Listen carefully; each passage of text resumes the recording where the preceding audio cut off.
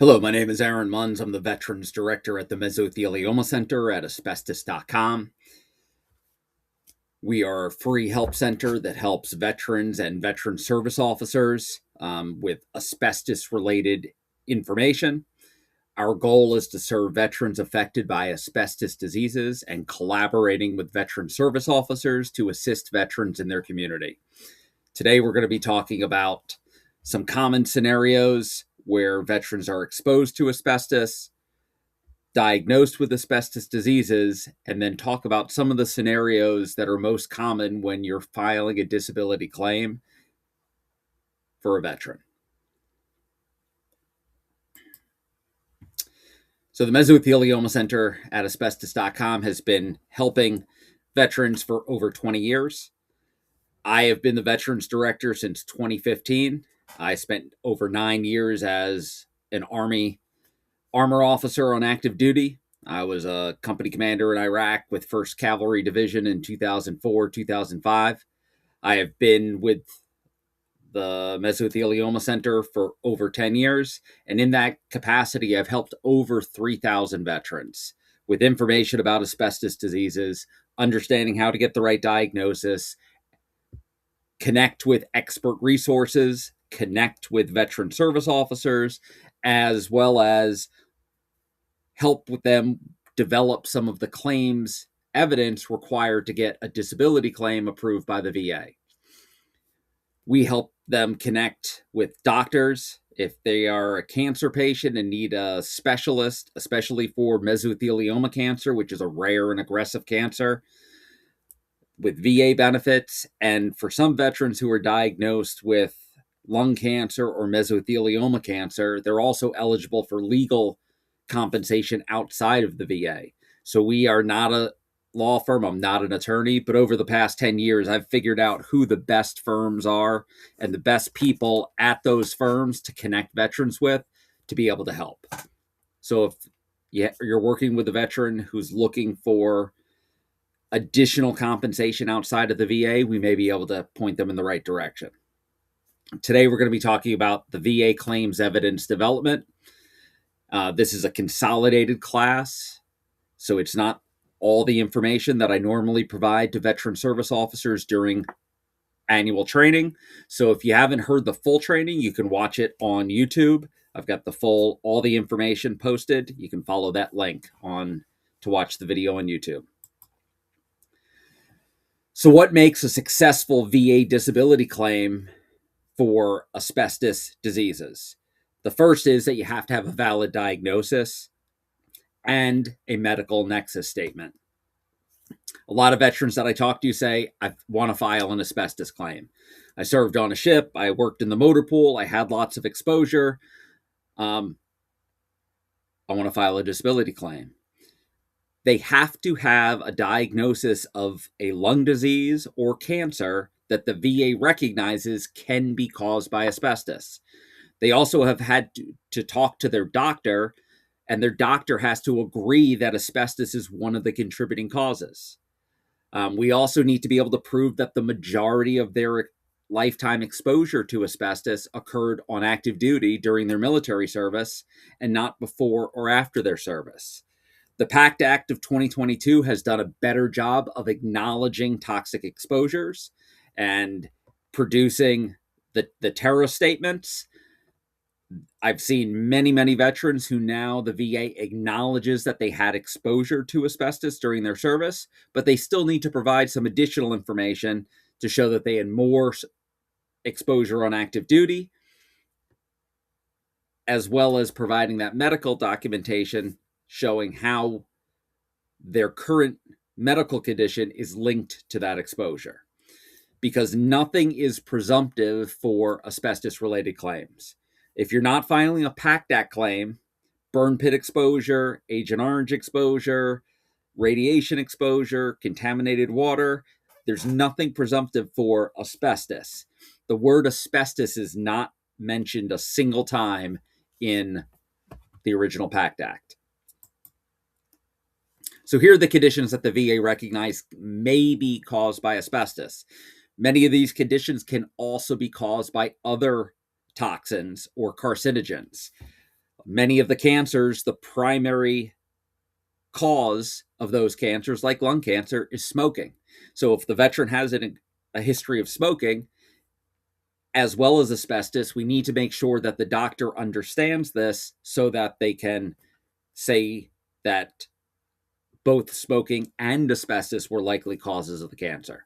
So the VA recognizes that interstitial pulmonary fibrosis, or asbestosis, which is scarring of the space between the air sacs typically at the lower lobes of the lungs, pleural effusion, and fibrosis. So the pleural lining is the lining between the lungs and the rib cage.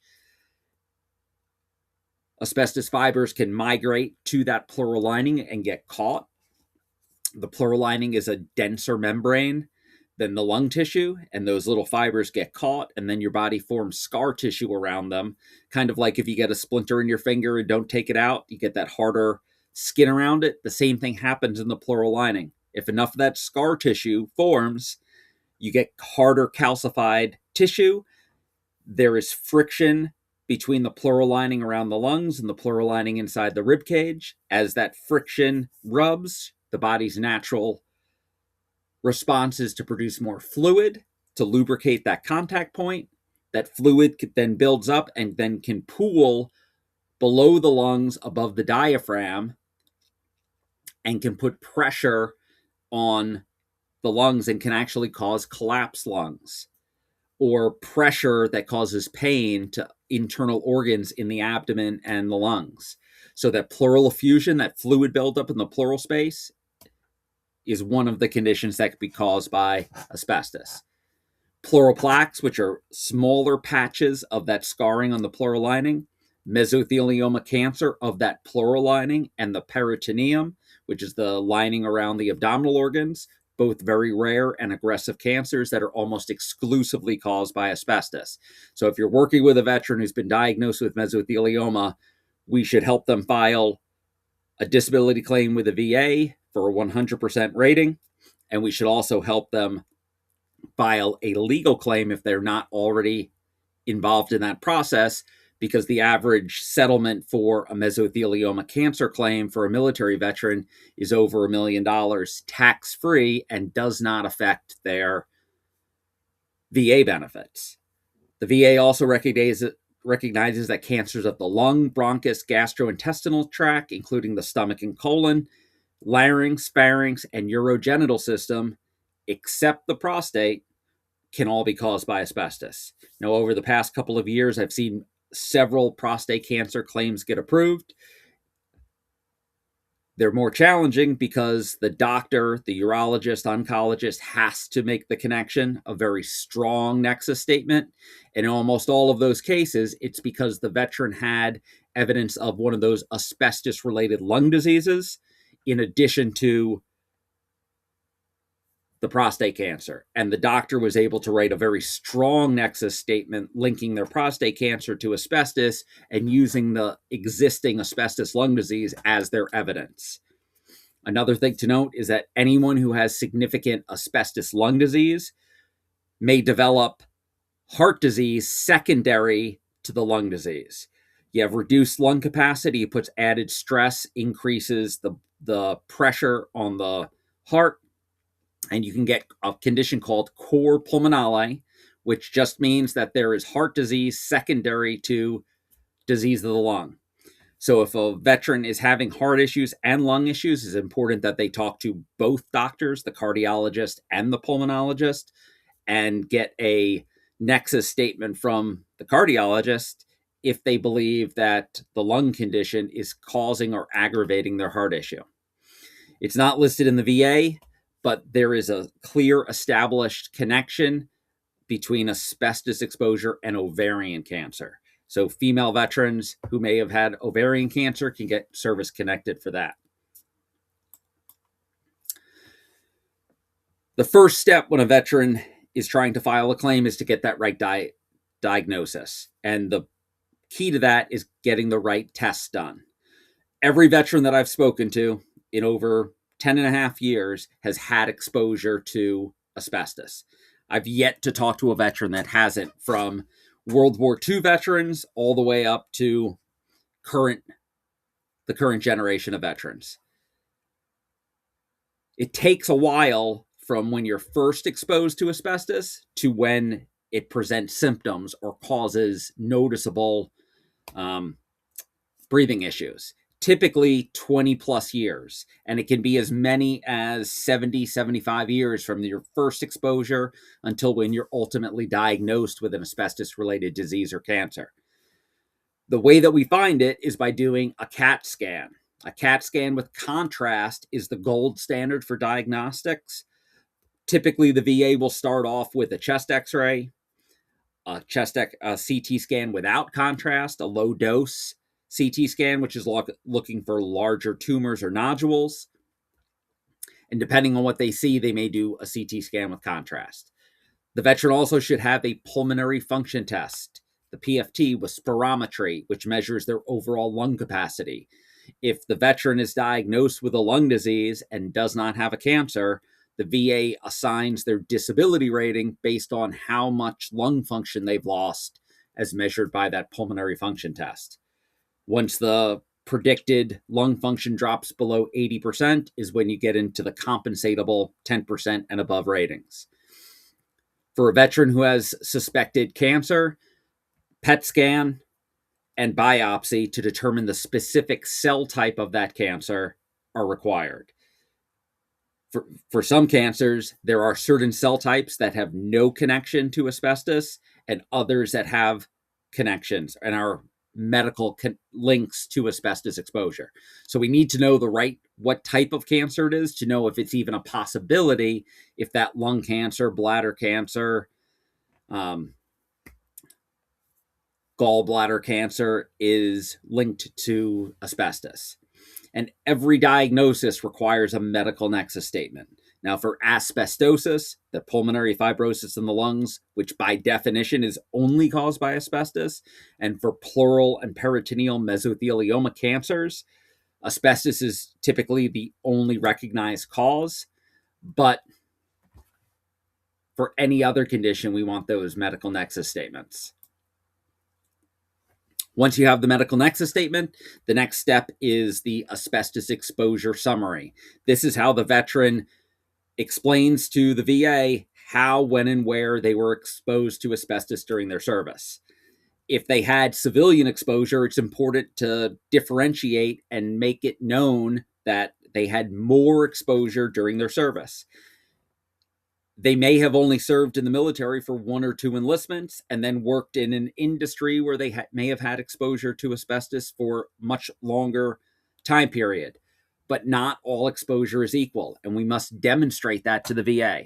For example, a year on a Navy ship, you're being exposed to asbestos 365 days a year, 24/7. It's over 8,000 hours of exposure, minus some annual leave or shore leave, about 8,000 hours.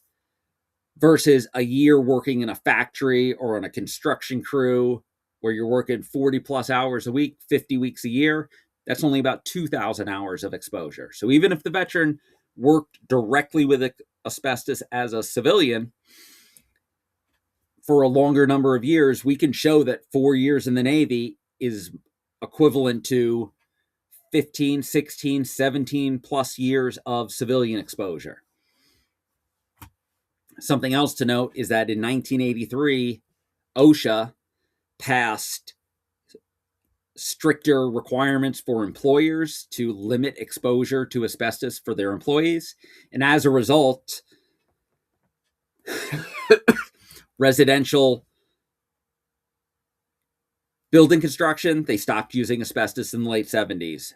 On automotive brake pads, clutch faces, they phased it out again in the late 70s. Officially, the Navy stopped using asbestos in new ship construction in 1978. So we could show that if that veteran got out of the Navy in 1980 and worked at the General Motors plant for the next 30 years, they may have had a little bit of exposure to asbestos before 1983, but after that, General Motors didn't want to be held responsible for exposing their employees to asbestos, so they replaced asbestos with safer materials. The key to the exposure summary is detailing as much information as the veteran can remember about the specific products, equipment, and materials that they worked with. One of the key phrases that we've added to every exposure summary for the last 8.5, 9 years is making sure that the VA rating officer understands the latency period. That's how long it takes from when you're exposed to when you have symptoms, so that they don't try to deny the claim, stating that there's nothing on the active duty medical records showing or complaining of asbestos symptoms. So it says, my military records during my service will not show any asbestos-related diseases due to the long latency period. This is consistent with the M21 general information on claims based on exposure to asbestos. Many people with asbestos-related diseases have only recently come to medical attention because the latent period for development of disease due to exposure to asbestos ranges up to 45 or more years between first exposure and development of disease. Since we've started putting this phrase in, we haven't had any claims get denied because there wasn't a complaint or a diagnosis while the veteran was on active duty. I have over 70 different exposure summary examples for every branch of service for veterans that I've worked with over the last decade. So if you're working with a veteran and you need an example or a starting point, or the veteran doesn't necessarily understand all of their exposure, I can help. So let's talk about some of the most common scenarios for a veteran wanting to file a disability claim. Veteran comes into your office who's been diagnosed with COPD. The veteran wants to file a disability claim for asbestos exposure. He has shortness of breath. He's been diagnosed with COPD a couple of years ago. He's been prescribed inhalers. He served in the Navy as a machinist mate from 1972 to 1976. He was also a smoker from 1972 to 2008. What information do we need to prepare a claim for this veteran, and what steps does the veteran need to take before he's ready to submit a successful claim? What medical testing would you recommend? What templates would you give to the veteran? And when will this claim be ready for the VA? So let's talk about it. Veteran's been diagnosed with COPD. The primary cause of COPD is smoking. He has a smoking history. At this point, he has not been diagnosed with a condition that is at least as likely as not to have been caused by exposure to asbestos. What I would recommend is that the veteran talk to his doctor, and if he does not have a pulmonary specialist, a lung specialist, to request that from his primary care doctor. Request an appointment with a pulmonologist. It's also important that the doctor, the primary care, and the pulmonologist understand that even though he had a long smoking history, he was exposed to significant amounts of asbestos during his service in the Navy. Not only was he in the Navy, he worked in the engine room. He had a job where his duties were to repair and remove asbestos components and replace them, generating a significant amount of loose asbestos fibers that were in the air that he breathed. So it's very possible that he has a lung disease caused by asbestos in addition to his COPD diagnosis. For COPD, you only have to have an evaluation of your symptoms. They don't have to do a scan of your lungs. They don't even have to do a pulmonary function test to diagnose COPD.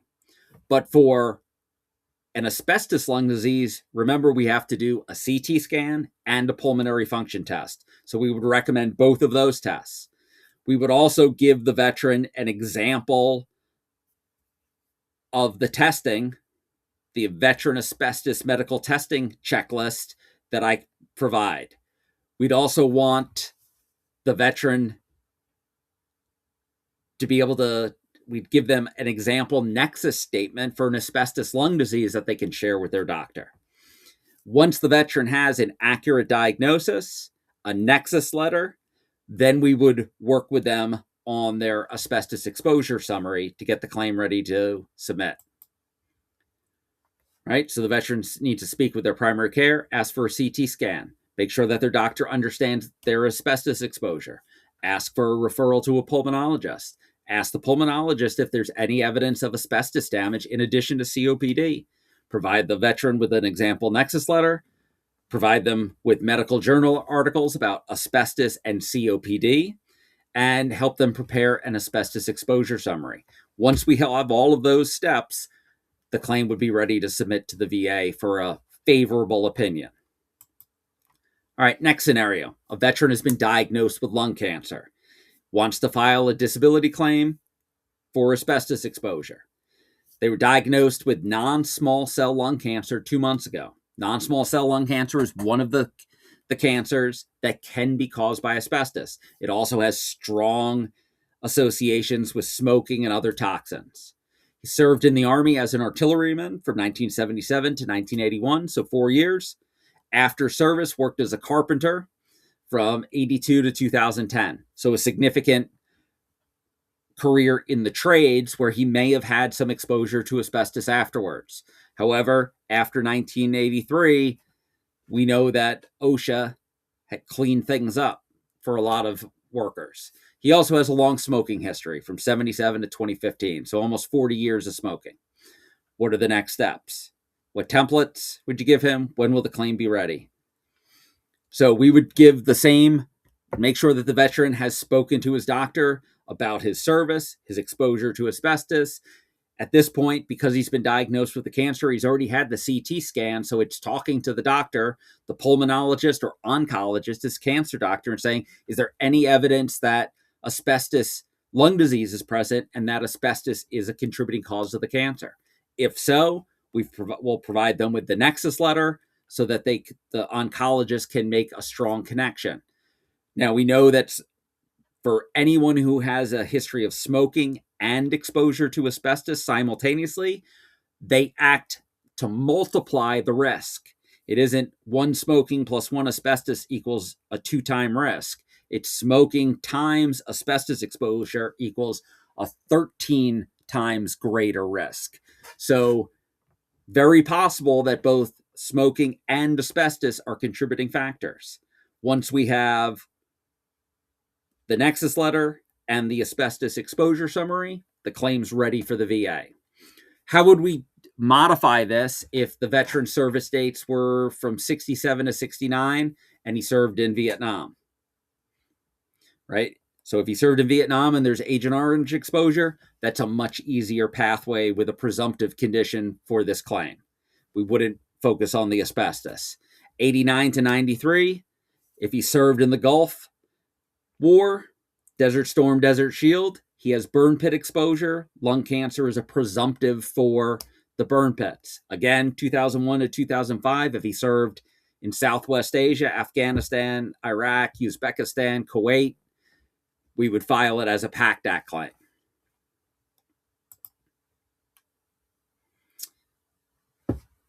We've already discussed all this. Scenario 3, veterans diagnosed with bladder cancer. Bladder cancer is a much more uncommon cancer that can be caused by asbestos. So the veteran was diagnosed with bladder cancer 8 months ago. There are no lung problems, never had an issue with his lungs, never seen a lung doctor, served in the Air Force as an aircraft mechanic from 79 to 83, no known civilian exposure afterwards, and has been a lifetime non-smoker. What are the next steps? What medical testing would you recommend? What templates would you give the veteran? And when will the claim be ready? So the first question is, have you discussed your exposure to asbestos with your doctor? If the answer is no, that's the first step. We would provide a nexus letter. We would provide a medical study showing an increased risk for bladder cancer for anyone who's been exposed to asbestos so that they could share that with their doctor and see if there's a nexus. We would also recommend getting a CT scan of their chest and lungs because that makes it easier for the urologist or oncologist that's treating their bladder cancer to connect that disease to asbestos, because if they see previously undiagnosed asbestos lung disease, some pleural plaque, some asbestosis, some interstitial pulmonary fibrosis. It makes it easier for that doctor, or gives them clear medical evidence to connect the nexus for the bladder cancer to asbestos based on the CT scan of the lungs. Once we have all that, claim is ready for the VA.